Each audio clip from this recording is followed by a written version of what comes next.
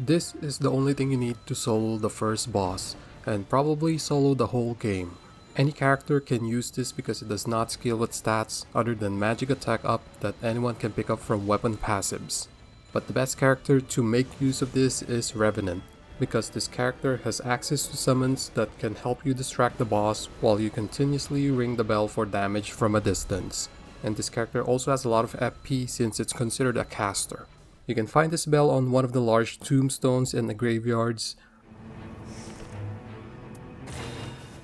or if you have a relic that gives this to you at the start of the run, that will be even better. And it's the only relic you'll ever need for this build. If I have to recommend another relic, get anything that increases vigor for more health, or one that recovers your FP when you attack with a specific weapon. Just remember to grab that kind of weapon if you find one. You could also use this one that increases your max FP permanently on that run when you open a Sorcerer's Rise. And once you get one of these, make sure to break the crates to get the Starlight Shards that you could use to recover more FP.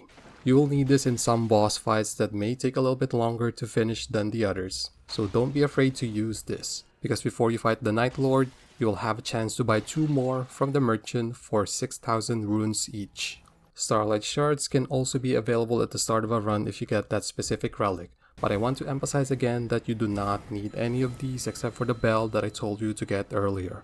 I have not even done the Remembrance quest where you get a character specific relic that can boost Revenant stats depending on which summons you have out. And the solo run that I did in this video had no relics equipped. All I did was look for a graveyard around the map to get the bell. Sometimes you might get lucky in the beginning and get dropped near a graveyard, so if you are having a hard time finding the bell, just keep restarting the run until the game drops you near a graveyard. A quick tip regarding the summons, your best one will be Sebastian simply because it roars to get the enemy's attention away from you. It only stays in one place, but it's quite bulky. Next is Frederick, which is a little bit slow, but he can easily knock enemies down to give you time to do your thing. And last is Helen. She's fast but squishy. She may deal enough damage to steal aggro sometimes, and it's better than nothing while waiting for your other summons to be usable. And while your summons are out, the general strategy is to just keep your distance while you ring the bell and let the summons take all the attention. The wraiths that you will release will travel slowly, but the range is insanely far, plus it tracks the enemies really well. The only bosses that you should avoid are the ones with a shield because they can block the wraiths, although you can hit them from behind once the summons get their attention.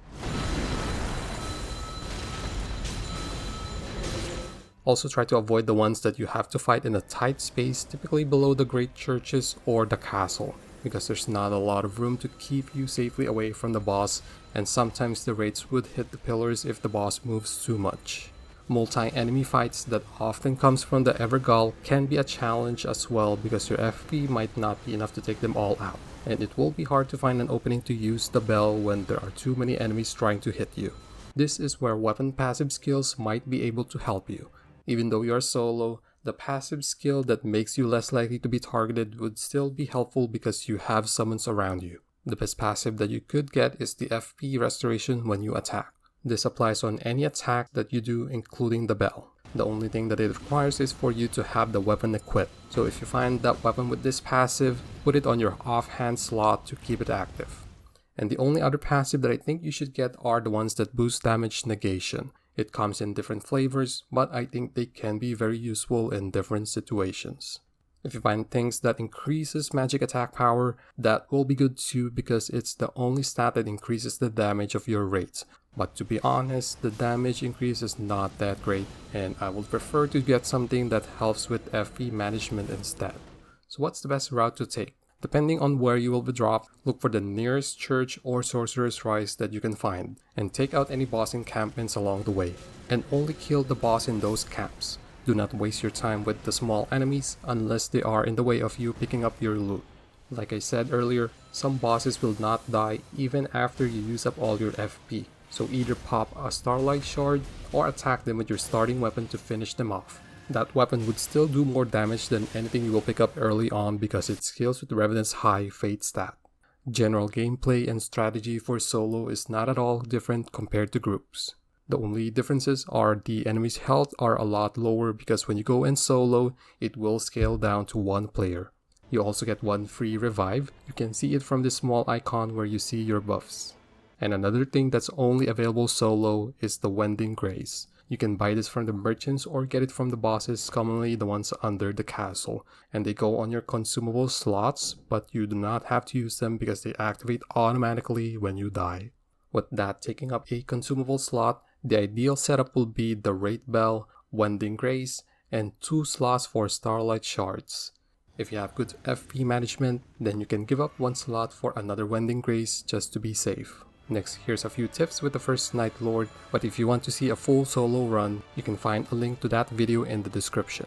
At the start of the fight, summon either Helen or Frederick for now, and save Sebastian when the boss splits up into 3. Always keep your distance, don't worry if you end up being too far away because the wraiths would still reach them.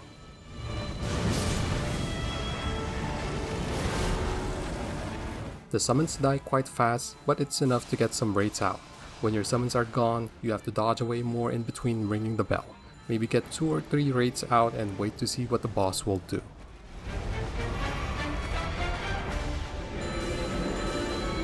Sometimes Sebastian would not hold attention of all 3 of them, so it would be best just to keep dodging away until the boss goes back to being one entity.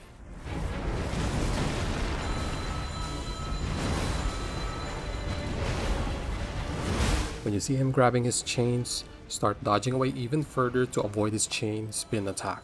Don't forget your Starlight Shards when you need it.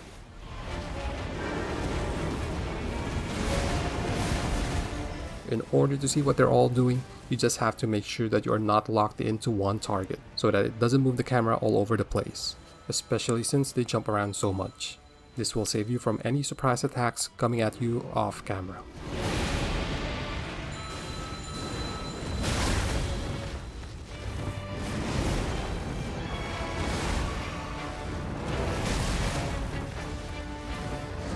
The most dangerous attack it has is when he starts dragging the sword in the ground, and if you suck at dodging this like me, you could time your ultimate art to become completely invincible when he releases the fire. If you also suck at timing your ultimates like me, don't worry, because Revenant's ultimate will prevent you from dying for a few seconds after you use it.